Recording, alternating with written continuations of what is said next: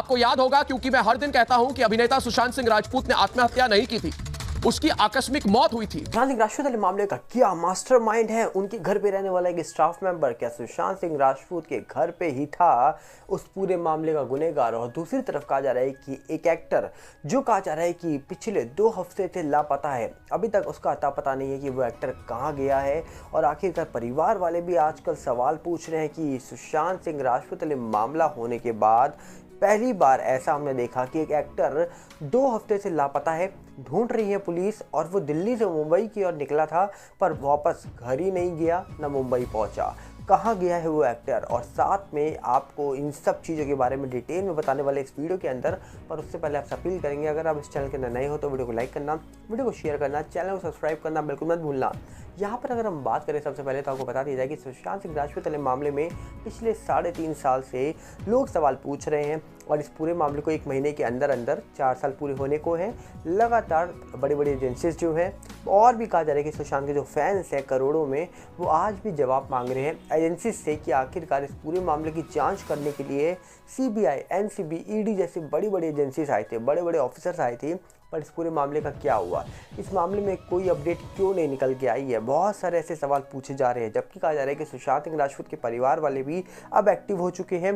परिवार भी सुशांत सिंह राजपूत के न्याय का इंतजार कर रहा है, और दावा हो रहा है कि जल्दी इस पूरे मामले में बड़े खुलासे हो सकते हैं। पर इलेक्शंस जल्दी ख़त्म हो जाएंगे, इलेक्शन का डिसीजन निकल के आ जाएगा, नए प्रधानमंत्री बन जाएंगे, और फिर से एक बार वैसे ही कार्यकाल शुरू हो जाएगा जो हम 5 साल से देखते आ रहे हैं। पर उम्मीद बहुत थी कि जल्दी इस पूरे मामले का खुलासा होगा, मामला सॉल्व होगा, मामले का कंक्लूजन निकल के आएगा, पर ऐसा हुआ नहीं। अगले इलेक्शंस में कहा जा रहा है कि 2029 तक का इंतजार करना पड़ेगा इस पूरे मामले के सॉल्व होने का, या फिर अब इलेक्शन ख़त्म होने के बाद कोई बड़ा खुलासा होने वाला है इस पूरे मामले में। पर वहीं पे कहा जा रहा है कि सुशांत सिंह राजपूत ने मामला जब हुआ था 14 जून 2020 में, तब बहुत कहा जा रहा है कि लोगों की आशाएं थी करंट सरकार से कि जल्दी इस पूरे मामले में बहुत बड़ी चीज़ें निकल के आएंगी और जो भी गलत करने वाला है वो पकड़ा जाएगा। और हाल ही में सिटीजन कोर्ट ऑफ इंडिया के अंदर जब इस पूरे मामले को लेकर चर्चा हुई थी, तब भी बहुत सारे सवाल उठाए गए थे, नेताओं के नाम लिए गए थे, खुल के इनकी बातें की गई थी सामने। पर एक्चुअली में अभी तक इस पूरे मामले को लेकर क्या हुआ, कुछ भी नहीं हुआ। पर इसी के साथ अगर हम बात करें तो सुशांत के घर पे रहने वाले एक स्टाफ मेंबर पे बहुत ही गंभीर सवाल उठे थे।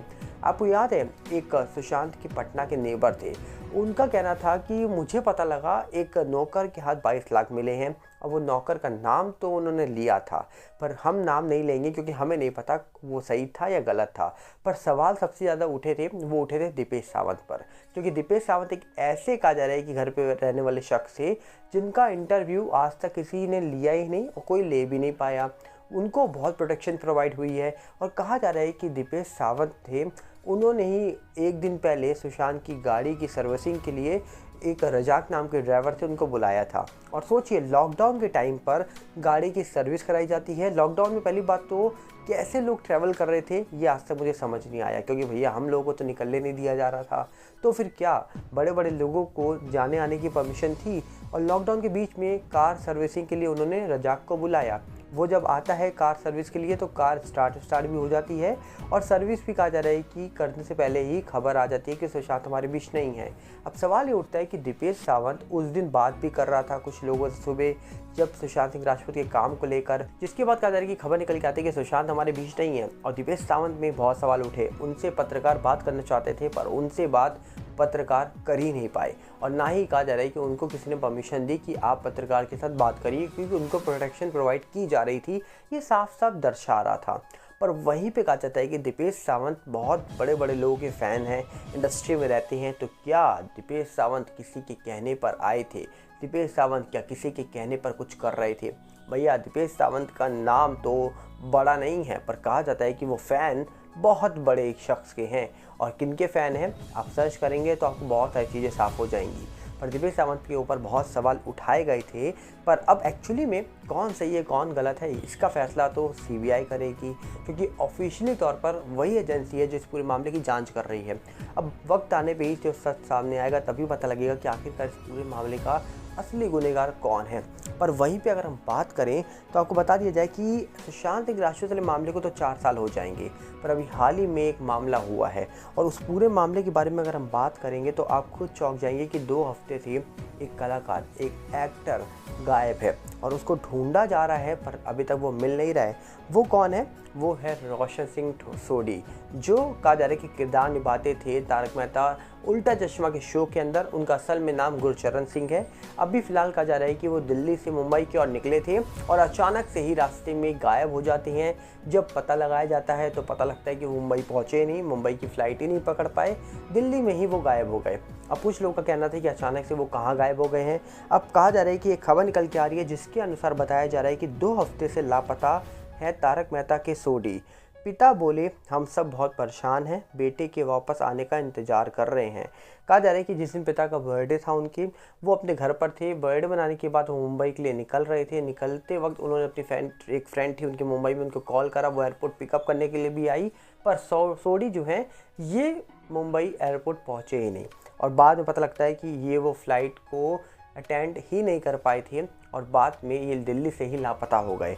बताया जा रहा है कि तारक मेहता का उल्टा चश्मा फेम एक्टर गुरचरण सिंह को गुम हुए 2 हफ्ते से ज़्यादा वक्त हो गया है। पुलिस अभी तक उनका पता नहीं लगा पाई है। एक्टर की गुमशुदा की रिपोर्ट दर्ज कराने वाले पिता हरजीत सिंह मामले में कहा जा रहा है कि अपनी चिंता उन्होंने जाहिर करी है।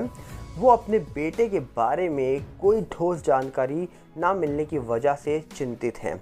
बताया जा रहा है कि टाइम्स ऑफ इंडिया से बातचीत करते हुए जो उनके पिता हैं उन्होंने कहा है जो भी हुआ वो बहुत ही शॉकिंग है। हम सभी बहुत परेशान हैं। हम पुलिस से उनके बारे में कोई अपडेट मिलने का बेसब्री से इंतज़ार कर रहे हैं, साथ ही उनके वापस आने का इंतज़ार हम कर रहे हैं। गुरचरण बीते 2 हफ्ते से गायब हैं। उनके पिता की शिकायत के बाद दिल्ली पुलिस कहा जा रहा है कि किडनैपिंग का केस दर्ज करके 50 वर्षीय एक्टर की तलाश कर रही है।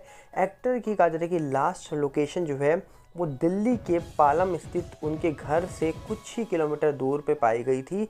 उन्होंने एटीएम से 7,000 रुपये निकाले, फिर उनका फ़ोन का जा रहा है कि स्विच ऑफ हो गया था। एक्टर गुरचरण बीते 22 तारीख को दिल्ली से मुंबई के लिए रवाना हुए थे, जिसके बाद से ही किसी को उनकी खबर नहीं है।